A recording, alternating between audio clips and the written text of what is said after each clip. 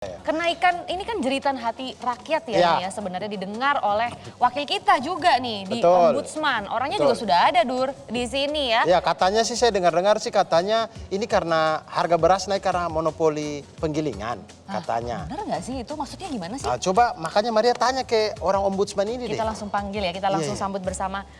Selamat datang di studio Suara Reboan Mas Eka.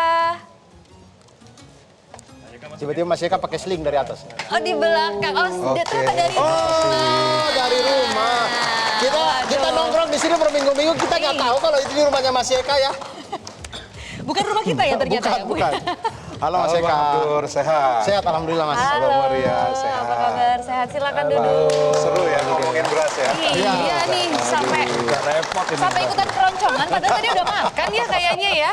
Nah, mungkin kita pengen langsung tanya ya. Betul. Mas Eka nih melihat kondisi harga beras yang begitu terus naik setiap hari. Apakah langkah yang diambil oleh pemerintah ya, seperti impor beras, kemudian menurunkan beras murah, ini sudah langkah yang tepat begitu? Ya, saya masih ingat di bulan Maret, saya meminta agar Kepala Badan Pangan Nasional untuk menambah impor 2 juta ton, sehingga kalau ditambah dengan November 500.000 jadi 2,5 juta ton. Waktu itu masih ada debat tebal perlu atau tidaknya, karena Kementerian Pertanian mengatakan produksi baik-baik saja. Tapi ternyata hari ini Bang Abdur, produksi padi kita ini kalau menurut bahasa Bang Abdur ini tidak dalam keadaan baik-baik saja. Nyaris-nyaris pinggir jurang kita ini Bang Abdur ya. Oh berasnya jatuh ke dalam dong. Nah, jadi satu persoalan produksi kita ini, mari pemerintah kita ini harus mempunyai ketegasan dalam bersikap. Satu impor, satu bilang surplus kan nggak konsisten. Tapi ada data yang tidak bisa dibantah. Data BPS ini kan hanya angka, perlu diverifikasi. Dan nggak bisa hanya diklaim saja.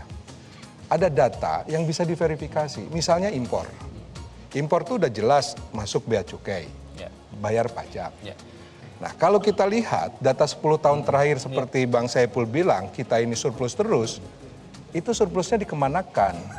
Dibuang ke laut? Enggak juga kan? Harusnya mestinya diekspor Bang Abdur. Iya. Ekspornya ada enggak? Enggak ada.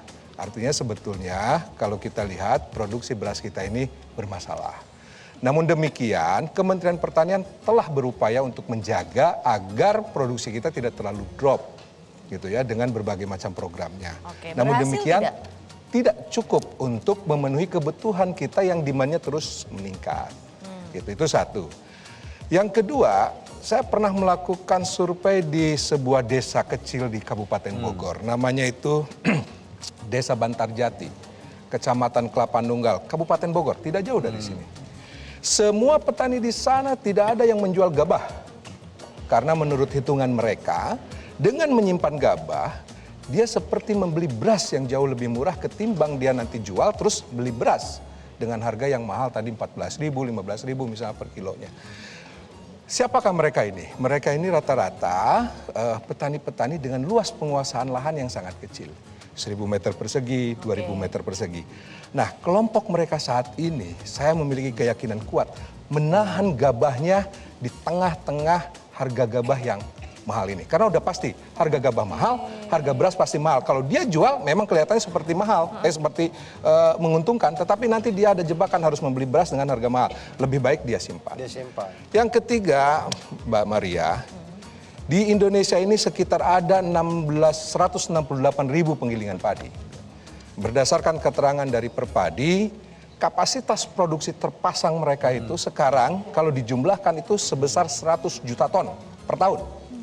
Tapi produksi gabah kita, let's say hanya sekitar 54 sampai 60 juta ton per tahun. Artinya artinya penggilingan padi kita ini baik yang besar maupun yang kecil under capacity, di luar kapasitas yang sesungguhnya gitu kan. Apa yang terjadi? Rebutan gabah gitu ya. Nah, kondisi inilah ditambah lagi dengan mendatangkan impor ternyata bukan hal yang mudah saat ini. Sebetulnya apakah misalnya ada beras impor yang murah? Ya saat ini kalau kita bandingkan dengan 2022 sudah tidak ada. Tetapi kita melihat misalnya seperti Pakistan masih menawarkan harga yang 10 ribuan. India juga sebetulnya dengan pendekatan G2G-nya juga sebetulnya mau melepas barang. Tinggal permasalahan bagaimana Bulog memiliki strategi di tengah tipisnya suplai beras dunia untuk bisa mendatangkan beras ke Indonesia. Oke, Itu jadi saja. sebenarnya itu ya. Ini Mas Jeka memang mengerti banget ya Betul. soal ini karena Mas Jeka ini merupakan anggota Ombudsman Indonesia yang memang bertugas mengawasi penyelenggaraan pelayanan publik. Ya. Dan sebenarnya saya tuh pengen banget menyorot masalah tadi perbedaan data itu. Kenapa bisa Iya. terjadi perbedaan data di kementerian kita itu. Tapi sebelum itu kita saksikan yang satu ini dulu. Tetap jangan kemana-mana, tetap di Suara Reboan, Suara Perubahan. Jelajahi cara baru mendapatkan informasi. Download Metro TV Extend sekarang.